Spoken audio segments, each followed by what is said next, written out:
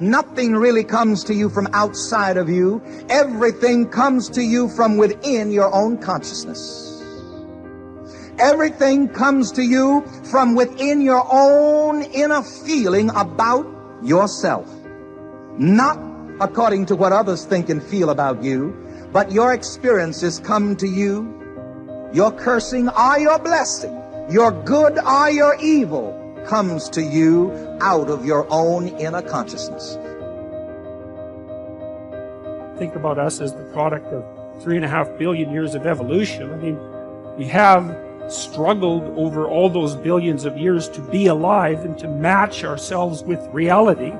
And so, because one of the things I've often wondered is, life is definitely difficult. There's no doubt about that. And it's unfair, and there's inequality and all of those things. And people are subject to all sorts of terrible things. But I also wonder, if you weren't actively striving to make things worse, just how much better could they be?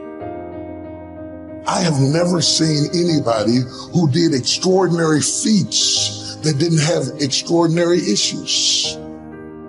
It is the passion that gives you the power you need, but it is the pain from which you have the conviction about it. If you had not been through some pains, you would not have the burning to do what you do. Everything that happens, use it for your upliftment, learning, and growth. In the midst of it, ask, what can I learn from this? What can I get from this? How did I end up here? There's something for you in everything that happens to you for you to learn from that experience. Look at it, examine it, analyze it, dissect it, take it apart until it reveals itself to you. And then get what you need from that and move on. But everything that happens to you.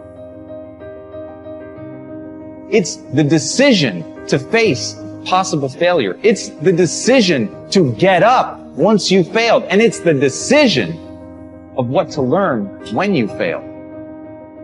Do you learn that you're not good enough? Do you learn that you never should have tried? Or do you learn a lesson from the failure and get up and brush yourself off and remember that at the end of the day, you're going to go as far as you're willing to fight for, and that's it. And if you're willing to fight to go all the way, then you will go that far. You will set a new bar. You will define for people what is possible.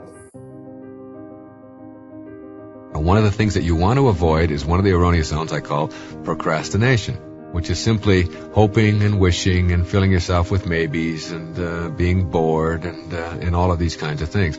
If you sit around and hope and wish and say maybe over and over and over again in your life, then you are simply going to be a person who is using up the present moment to fill it with wishes rather than with action. Procrastination is nothing more than a typical way to keep yourself from taking action in your life. And I have found, we just moved into a new home not too long ago, and we had about 200 boxes that had to be broken up in the garage. And I looked at those boxes, and I knew that nobody else was going to break them up. But Daddy, this is Daddy's job. And every day I'd go in and I'd look at all of those boxes, and I'd say, no, I really don't want to deal with that today, and I'd let that go.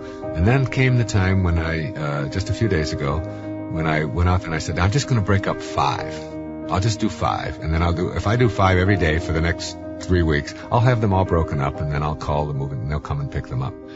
Well, that's the key to eliminating procrastination, because as soon as I did 5, I said, well, I can do 5 more.